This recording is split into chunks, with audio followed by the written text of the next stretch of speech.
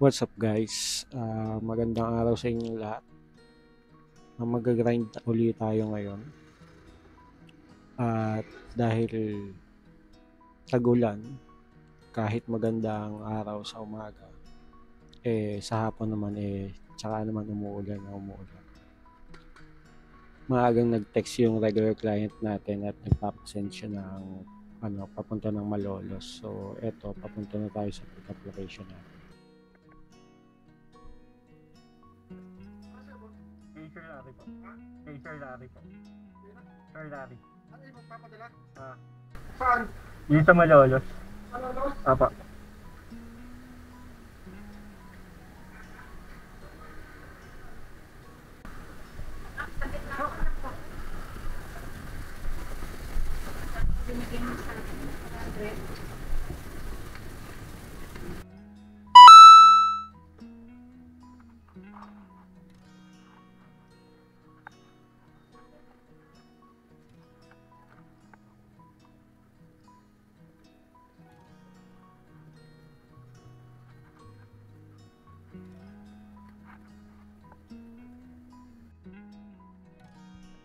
Okay na po, thank you. Nakiusap nga pala sa akin si sir na kung pwede may deliver ko before 12. So, yun yung hinahabol ko ngayon na time. Since bihira lang makiusap si sir sa akin ng mga ganyan na may kailangang habuling time. So, sabi ko, I'll try my best na may deliver agad dun sa time na pinakiusap niya sa akin. So, pabiyahe na tayo. Sakto naman, nakakuha tayo ng booking na kasabay from Manila to San Fernando for 417 pesos. Hesitant pa akong kunin to kasi may nahabol nga akong oras. Buti malapit lang yung pick up. Kaya halos along the way lang. Kaya talagang dinaanan ko na to, kinuha ko.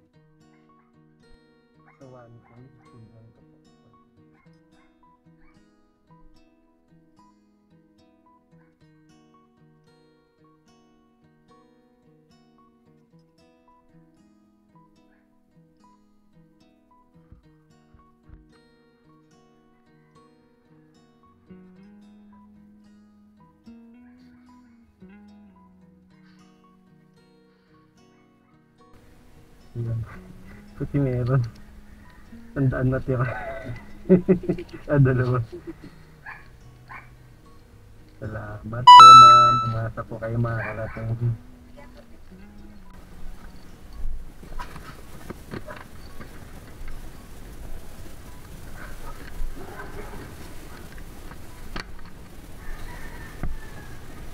So after natin mag-pick up, on the way na tayo papunta ng Bulacan area. Since meron na tayong dalawang booking. Pero syempre, along the way, hoping pa tayo makakuha pa ng at least isa pa na regular or saver booking. Kung meron. Pag wala, di wala. Yun talaga yun eh. Kumbaga, kung hanggat may isasakay natin, isasakay talaga natin yan at isasabay natin yan. Pag hindi or wala, ganyan talaga yon. Move on lang tayo and do our job. Sunerte nga pala tayo dito sa Lalamove booking na nakuha natin kasi yung area niya sa San Fernando is within dun sa malapit lang sa Robinsons Star Mills sa may San Fernando. So hindi siya ganun kalayo kahit San Fernando, Pampanga siya. Kayang-kayang ratingin yan. Tapos maganda pa yung rate na naibigay, then document lang yung dadalhin natin. Although syempre kailangan natin magmadali since importante yung dala natin na document. At ito, niratingan natin yung first drop off natin sa may Malolos.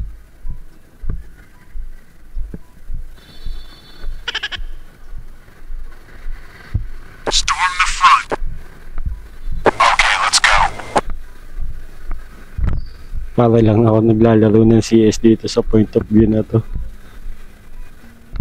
Namiss ko tuloy mag CS or Half-Life.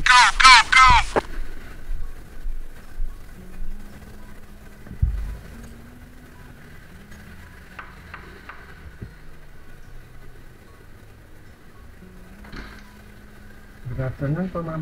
Ma'am, pasensya hindi ako umabot nung before 12 na sinasabi ni ni Chef Larry. Kasi yung kalsada sa ngayon, Valenzuela, ginagawa.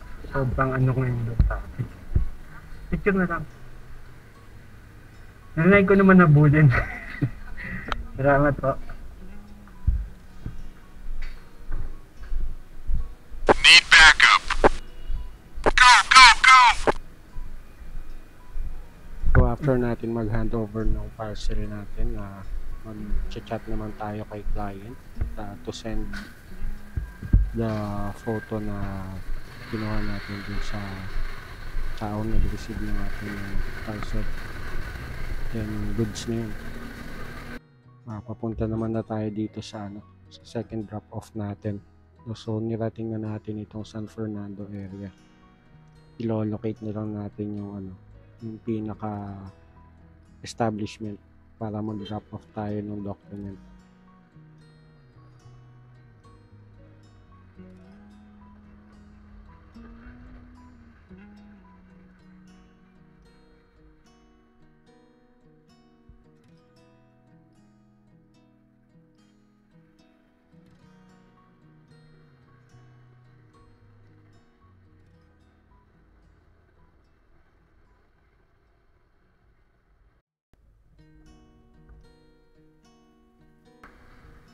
Sir, dala mo po deliver sa Bali Tower. Second tower. Second tower. Yun, ito, totoo. Yung gitna. Salamat po.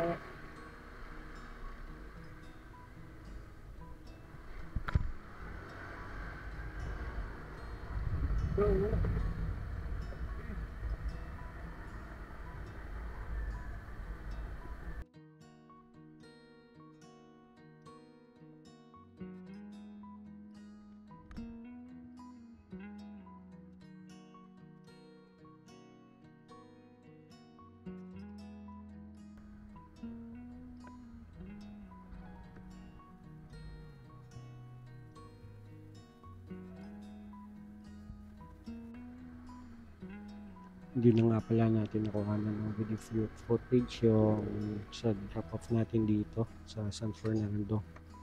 So pabalik na tayo ng Malolos or Bulacan area nito para makahagilap ng booking na natin pabalik.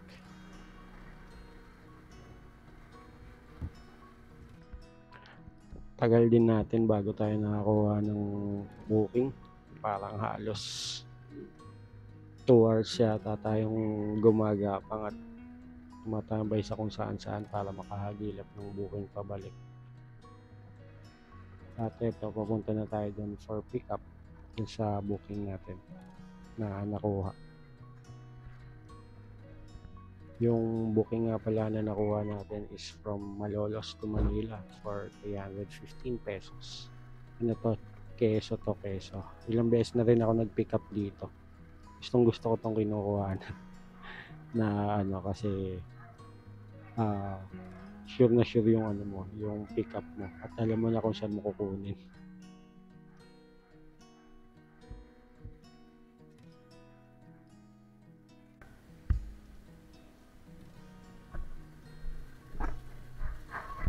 Kota na, sir. Kota na. Kota ka na.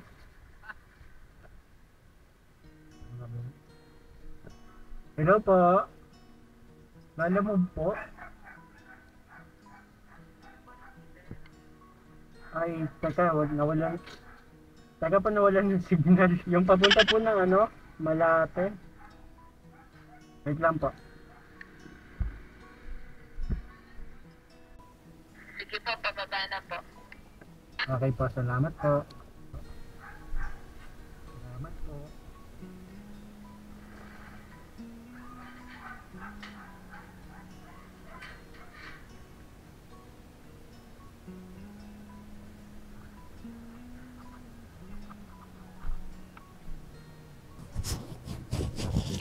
So So after natin mag-pick up yan, on the way na tayo pabalik ng Manila. Siyempre, titignan pa rin natin kung may sasabay pa tayong isa pa, at least isa pa na booking pabalik. Pag wala, di wala. Unfortunately, wala tayong nakuha at sobrang na-traffic din tayo. Alam mo ba, ma'am? Ito. Apo. Anong name niyo, ma'am? Kayo po si Ruthel? Okay. Ay, wala po pala akong load kaya hindi ko mapasa kaya Ayun lang. Wait lang, ma'am. 315. Ah, 315 ba? So, 315, ma'am. Pakihawak po. Picture ako muna. layo pala. Akala ko malapit lang. Actually, dapat kanina pa ako eh. Grabe yung topic na dinaanan ko. Sobra. Sobra yung topic. Oh, sa Malolos pa yun, ma'am eh. Pero grabe yung topic. Susumpa mo. Hindi lang, wala pala. Okay lang, i-gcash ko na lang. Gcash ko yung sukli. Papakita ko sa'yo. Wait lang.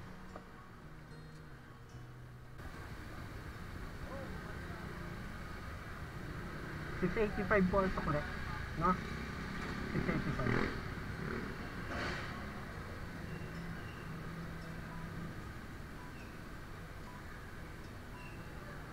Buti kahapon yung mga client ko, puro Gcash ang bayad. Wala kasi ako yung kuya kaya hindi ko Don't worry, ma'am.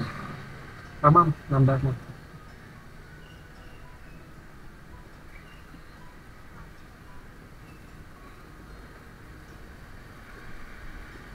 Double check, ma'am. Okay na yan? Okay. How much? 685.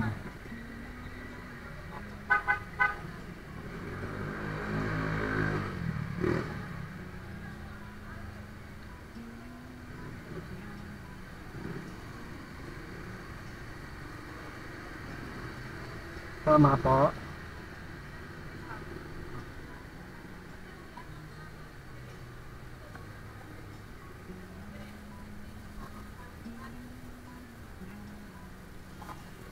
Screenshot ko rin.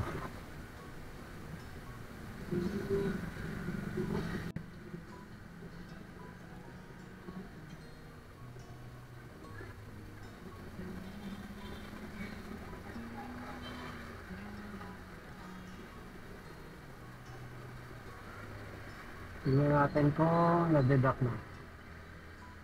Na-deduct na. Sige, ma'am, salamat po. Okay, thank Buti you. na lang talaga may laman yung Gcash ko at naipang sukli ko pa dun sa client natin kasi wala na rin tayong cash na pang susukli sa kanya. So ayan, tapos na yung araw natin. Gutom na rin tayo. Tapos na pa tayo. Basang-basa dahil dun sa ulan. Nakapagod na rin tayo. So pauwi na tayo dito ng bahay. Grabe yung traffic na nadaanan ko kanina. Tapos may mga ibang kasabay pa sa kalsada na ayaw magpadaan. Kala mo kanila yung kalsada. Grabe sila. Ganun talaga. Kailangan pagtiyagaan na lang yung mga hindi nakakaunawa. Pero honestly, nung nagmamaneho pa ako ng 4 wheels na SUV dati, ganyan din ako. Ayoko rin magpadaan. Sinasara ko talaga agad para hindi magasgasan. Pag nagka-experience na sila mag-drive ng motorcycle, sa kanila yun mauunawaan.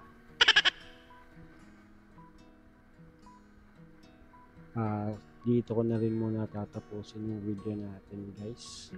So, sana nag-enjoy kayo sa panonood or at least nakarelate man lang kayo. Mag-iingat palagi sa kalsada, guys.